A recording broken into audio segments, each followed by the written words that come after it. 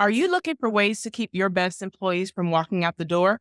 In my opinion, this is going to be a challenge for many businesses moving forward on how to retain employees because the market is so different than just a decade ago. So, in today's video, I'm going to share with you 7 tips to help you retain, motivate, and keep those best employees very, very happy. Hi, I am Barika from Simply Unique Coaching. I have been leading for over 15 years, and I like to say that I learned how to lead in the trenches. And I have been leading for more than 15 years. I have led more than 18 teams. Oftentimes, I've led teams simultaneously. I think the most I led at one time was like 4 teams, different teams simultaneously. And so I am here to help you and to share with you what I have learned from leading multiple teams. And in today's video, we are going to talk about 7 strategies that you can use to help you keep those best employees. And also, as a bonus, I'm going to share with you what you should do if your best employee tells you that they are ready to move on. So, number one, I'm going to say that you need to hire the right people. If you have any say so in who gets to come on your team, make sure that you put your input in. You want to be on the hiring panel, you want to be on the screening panel. If you can, get an employee that's already on the team on the panel as well, because you want to ensure that whoever is coming into your space is going to be the right person and they're going to help move the organization and the team forward, and that they're going to be an asset and not a liability. So if you want to learn more about different techniques and things that you should know when you're hiring staff, drop me a comment and then I'll think about making a video on that. Number two, you want to make sure that you are offering competitive pay and benefits, because if you want the best talent, people who are good know that they're good and they know that they have work. And you want good people to know that they're good and you want to pay them what they're worth, right? We want to do right by people. We want to do what's best for them. And we sow those good seeds and those seeds come back to us. So we don't want to try to lowball them or pay them less than we're worth, especially if we can afford to do it. Now, it's something different if your organization doesn't have the actual budget to pay for the best. You might have to get second best or third best or, whatever you can afford. But if you want to get those top tier employees, you're going to have to pay them. And it's the right thing to do, right? You're not going to try to get a good employee on a bargain, because guess what? If they're good and they know they're good, and as soon as somebody headhunts them, because they will be headhunted, they're going to be out the door. Next, you want to ensure that you create a positive work environment. This is going to be critical. Sometimes people will stay with an organization because of the environment, more so than the pay or more so than other factors. When they build those relationships and they have those deep roots and it just is a great working environment, sometimes they're just going to say, hey, I'd rather stay here. I know what it takes to work here. I get along with my boss. I get along with my employees. The pay is fair and the benefits are good. Then they're going to stick around. Okay. So, number four, we also want to provide opportunities for them to grow and to become better. And anybody who is like a really good employee, they're always going to want to grow and get better. They're not going to be satisfied with the mediocre. Now, this could be providing them with enough time at work where you're not overloading them and overwhelming them so they can grow and develop outside of the workplace. So maybe they have an interest in Zumba, maybe they have an interest in running a bakery or something like that, or baking some goods and selling them. Like if they have other interests outside of work, that's fine too, because you're providing that opportunity for them to grow and develop by not overwhelming them with work. Now, if it is at work that they're deciding to grow and develop, then you are looking for those opportunities that they want, that are going to help them, or that you see that they may be a good fit for. So sometimes you may have to kind of say, hey, this opportunity came up.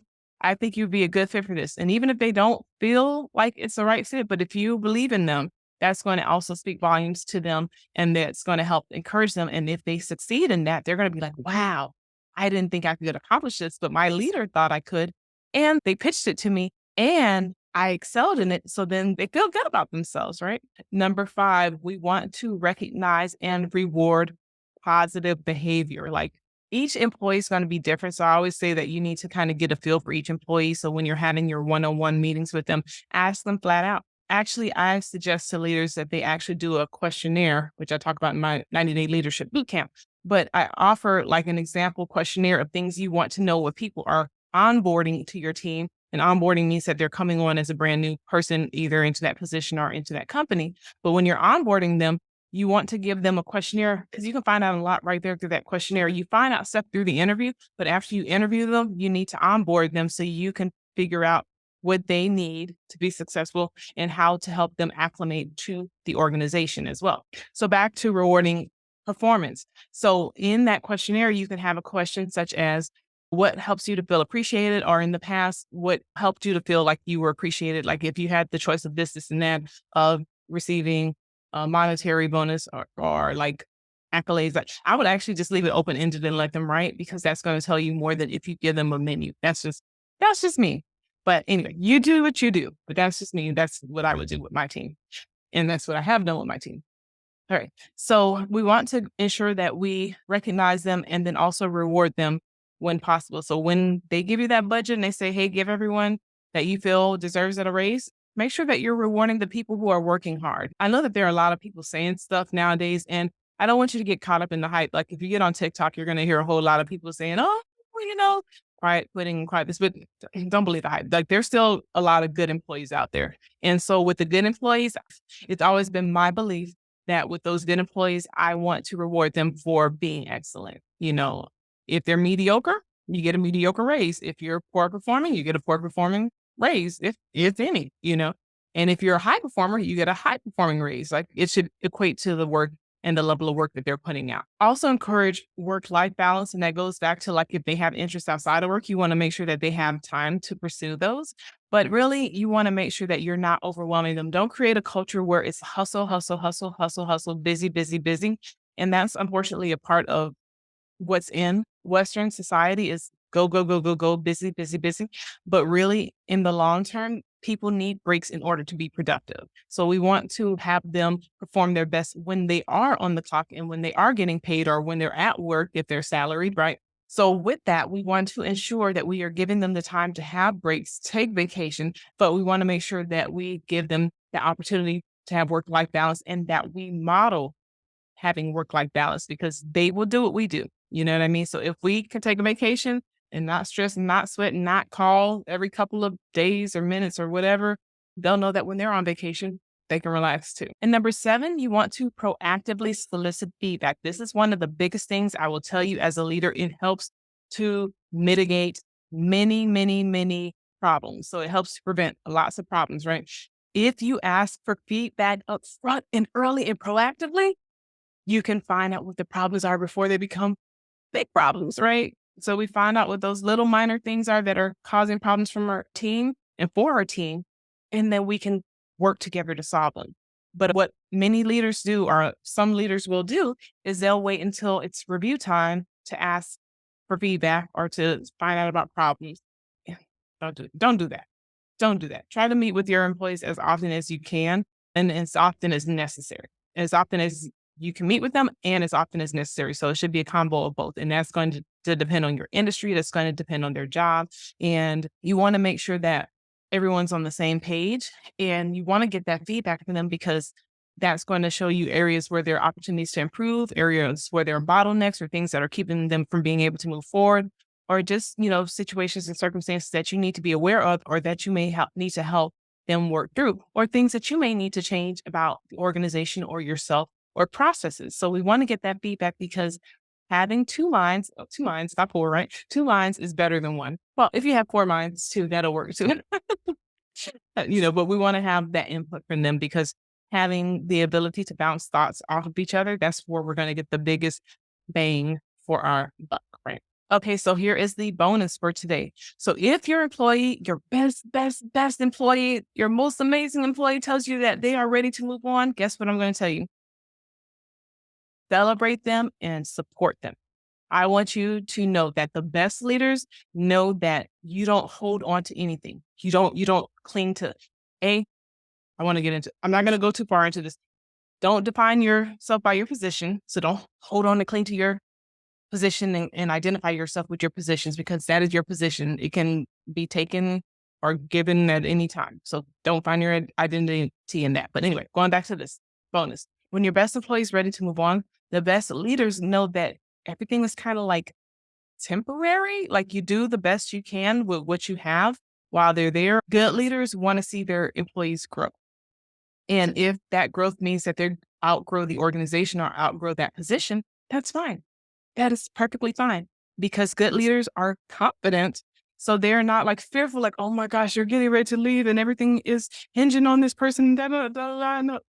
First of all, Let's say that. That shouldn't happen unless you're a very, very, very small organization. And even with that, you need to be really careful.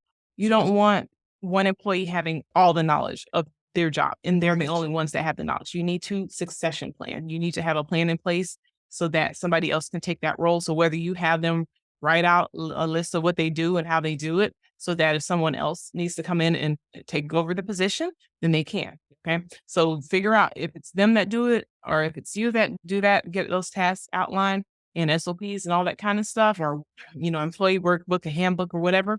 Make sure that you don't have one person that knows all the knowledge. That is not a good position to be in as an employer or as a leader.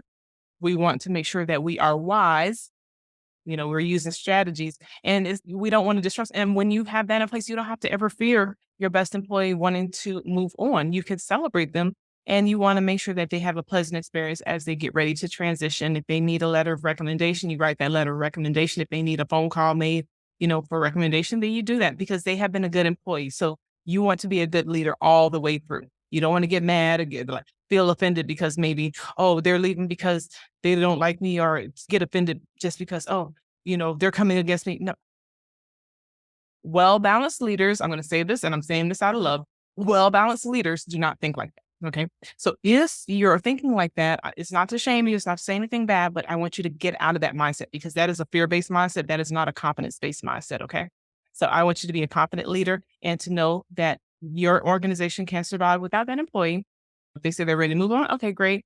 How long do you think you're going to need? Or, is this like right away or is this over time? Let me know. You have conversations with them, and having those conversations with them will help you to be prepared. And I will tell you also, the better your relationships are with your employees, the much earlier they will let you know. And I've had employees say, hey, I want to own my own business, or I'm getting ready to stay at home with my kids or whatever. And I celebrate them. Say, oh, okay, great. No problem. Let me know if you need anything. And in the meantime, how long are you thinking? What's the timeline that you're thinking, et cetera, et cetera, et cetera. So I could talk more and more about that, but I'm going to stop here for the sake of time. And what I want you to do is, if you want to know if you are on the right track as a leader, I want you to look in the description below. I have a link to my free new leader checklist. And in that checklist, those are the areas that you want to make sure that you have mastered as a leader. And if you have mastered all of those areas, kudos to you. Okay. Kudos to you, because that means that you're on the right track. And then if you see some areas that you need to develop in, then those are the areas that you want to focus on. So make sure you download that today.